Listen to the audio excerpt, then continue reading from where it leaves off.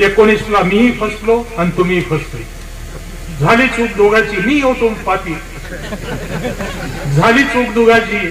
आता ही या निवडणुकीत सुधारायला पाहिजे, नाहीतर पुढचे 15-20 वर्ष या मतदारसंघामध्ये मस्ती, दादागिरी आणि आरेरावी चालणार.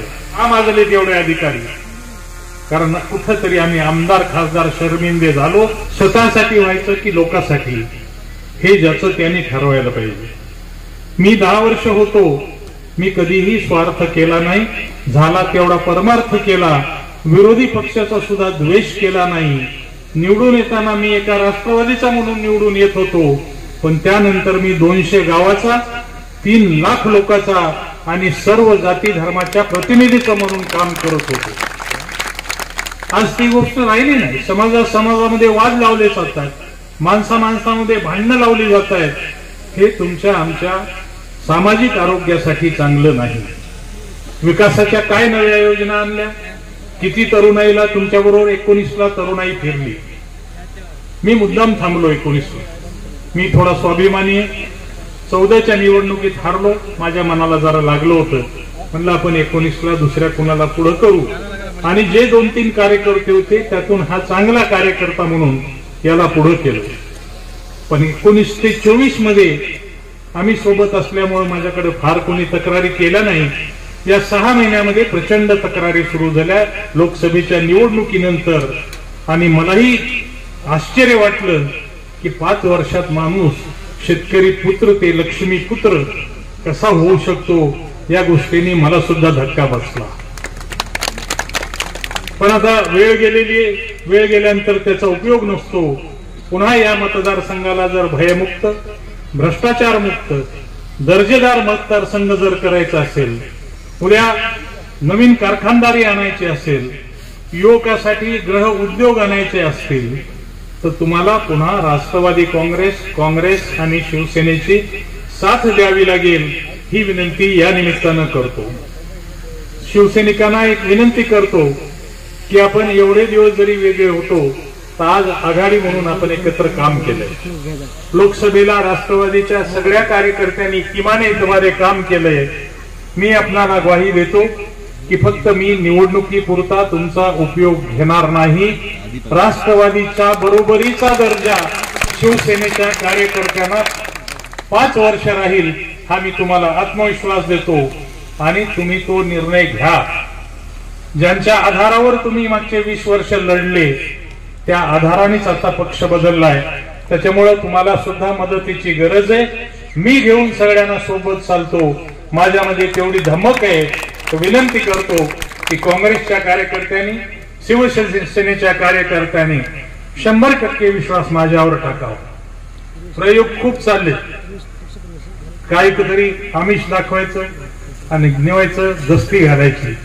अरे माणसं मनाचा, वसमत विधानसभेचंच मन बदललंय. 4-2 माणसं इकडे तिकडे गेल्यानं काही फरक पडत नाही. वसमत विधानसभेचं मन बदललंय, तुमच्यावरून मन उतरलंय. तुम्हालाच 19 लोकांनी डोक्यावर घेतलं होतं. आज लोक एका आवाजावर कोणत्या वाहनाची व्यवस्था न करता एवढ्या मोठ्या संख्येनं आशेगाव मधून येतात. तर मी पुन्हा आपल्या सगळ्यांचे आभार मानतो आणि विनंती करतो की चांगल्याला वाढवायला मेहनत करावं लागते, फवारावं लागते, खत द्यावं लागतंय, निंदावं लागतंय. गांजर गोट्याला निंदावं लागत नाही, फवारावं लागत नाही, औषध खत द्यावं लागत नाही. राजकारणात सुद्धा जे गांजर गोटे वाढले, हे तणकड जर तुम्हाला निर्मळ करायचं असेल, हा महाराष्ट्र स्वच्छ करायचा असेल, तर सगळ्यांना विनंती करतो की उद्याच्या निवडणुकीमध्ये आपण सगळ्यांनी साथ द्यावी. माझ्या कार्यकर्त्याला एक सूचना देतो, संयोजन समितीला, हे इतका गावा जमा घेऊन फिरायचं नाही, अजिबात नाही. आपण सगळी काबाड कष्ट काम करणारी माणसं. आपला एकही पैसा हरामाचा बिना घामाचा येत नाही. त्याच्यामुळे कोणी फिरत असेल 50-50 गाड्या घेऊन. मी या मतदारसंघात 5 वेळा फिरलोय, एक नाही तर 2 गाड्या. समोर त्याला साखरेपत्तीचा किती ताप देतात. 100 कप सोयऱ्याच्या बिन बोलवलेले सोयरे, त्याच्या पुढे हे अजिबात बंद करा. 1 गाड्या 2 गाड्या गावात जायच्या, गावाला विनंती करायची आपल्या देशातला मतदार खूप सुज्ञ आहे. दौलत इंदिरा गांधीला मतदार पाडतो आणि 18 महिन्यातच पुन्हा इंदिरा गांधीला निवडून देतो. जरी तुम्हाला मतदार अज्ञानी वाटत असतील, येडे वाटत असतील, मी कधीच समजत नाही. देशातला मतदार हा अत्यंत सुजाने, त्याला काय चांगलं आहे काय वाईट आहे कळतंय.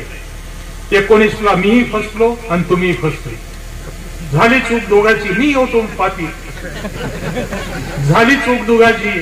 आता ही या निवडणुकीत सुधारायला पाहिजे, नाहीतर पुढचे 15-20 वर्ष या मतदारसंघामध्ये मस्ती, दादागिरी आणि आरेरावी चालणार आहे. गुत्तेदारीशिवाय, पैशाशिवाय, काम न दिल्याशिवाय आज काय कार्यालयाची परिस्थिती आहे. 7/12 पाहिजे, पैसे काढा. राशन कार्ड काढायचंय, पैसे काढा. तहसीलला फेरफार करायचा आहे, 20,000, 50,000. बापाचं शेत मुलाच्या नावानं करायला 50,000. का मागले तेवढे अधिकारी? कारण कुठंतरी आम्ही आमदार खासदार शर्मिंदे झालो, अधिकारी माजतात. हे सगळं जर आपल्याला आपल्या जिल्ह्यातलं बंद करायचं असेल, आपल्या विधानसभेपासून सुरुवात करा. महाराष्ट्रात बदल होतोय. मी वेगवेगळे सर्वे वाचतोय. महाराष्ट्रामध्ये 180 ते 200 जागा येत आहेत.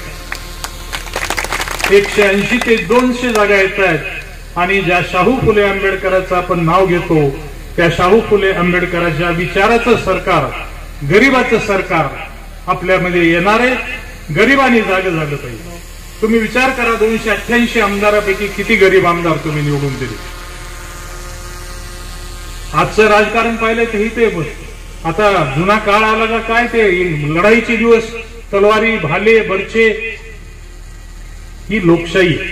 लोकशाहीमध्ये लढाई ही विचाराची पाहिजे, विकासाच्या विचाराची लढाई पाहिजे. आम्ही काय केलं पाहिजे, तुम्ही काय केलं पाहिजे. एवढे लावाजमे घेऊन 50-50 गाड्या घेऊन फिरण्याचं अजिबात कारण नाही. आपली भूमिका लोकांसमोर मांडायची, विनंती करायची. लोक निर्णय घ्यायला सुज्ञ आहेत आणि लोकांनी दिलेला निर्णय मान्य केला पाहिजे. निवडून आलं तरी माजलं नाही पाहिजे आणि पडलं तरी लाजलं नाही पाहिजे. लोकसेवेचं काम हे कायम केलं पाहिजे. त्यामुळे या सगळ्यापासून सावध राहा आणि उद्याच्या निवडणुकीमध्ये एकट्या दांडेगावकरचं नाही तर हे आपल्या सगळ्यांचं मतदारसंघाचं काम, सगळ्या समाजाचं काम म्हणून आपण सगळे मदत करा, एवढीच विनंती करतो.